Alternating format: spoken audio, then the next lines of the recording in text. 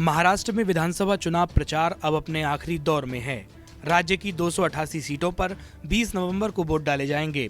ऐसी स्थिति में 48 घंटे पहले यानी 18 नवंबर की शाम को प्रचार थम जाएगा।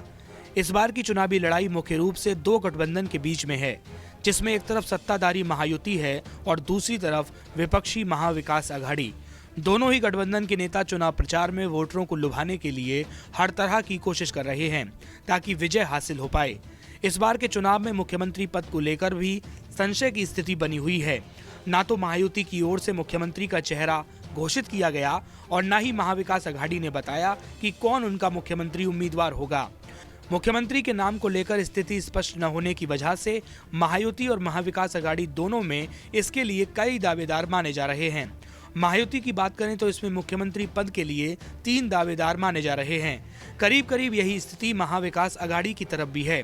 यहां उद्धव ठाकरे को लेकर कहा जाता है कि वो पहले से ही खुद को सीएम पद की रेस में मानकर चल रहे हैं, लेकिन नाम किसी ने नहीं लिया है।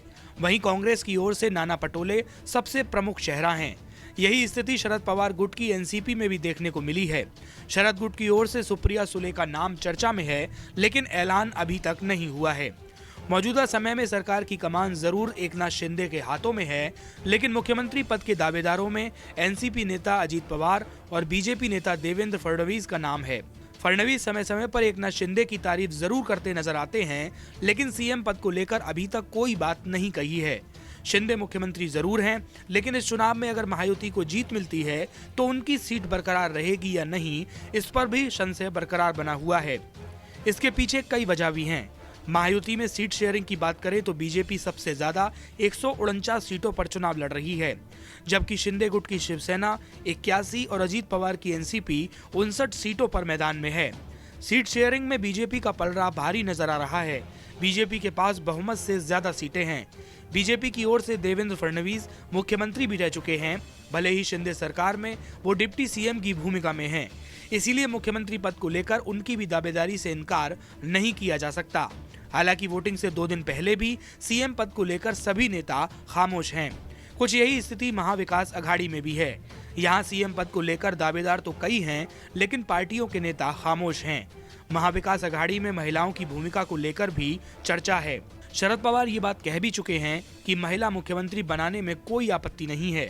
इसके बाद से सुप्रिया सुले के नाम को लेकर चर्चा हो रही है। मुख्यमंत्री चेहरे के लिए जोर आजमाइश को लेकर शुरू में उद्धव ठाकरे का नाम भी उछला।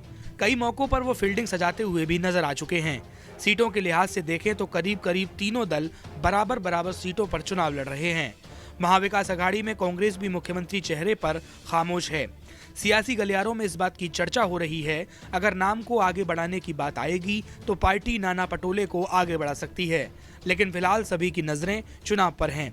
महाराष्ट्र में नाना पटोले की गिनती पार्टी के सीनियर और कद्दावर नेताओं में होती है। बड़े मराठी नेता के रूप में भी वो अपनी पहचान रखते हैं। एक तरह से कह सकते हैं तो महाराष्ट्र विधानसभा चुनाव में एक मुख्यमंत्री पद के लिए 6 उम्मीदवार मैदान में हैं। नमस्कार, मैं हूं मानक गुप्ता।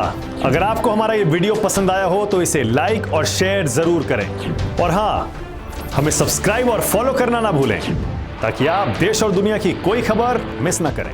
तो जुड़े रहिए हमारे साथ और देखते रहिए न्यूज़ 24।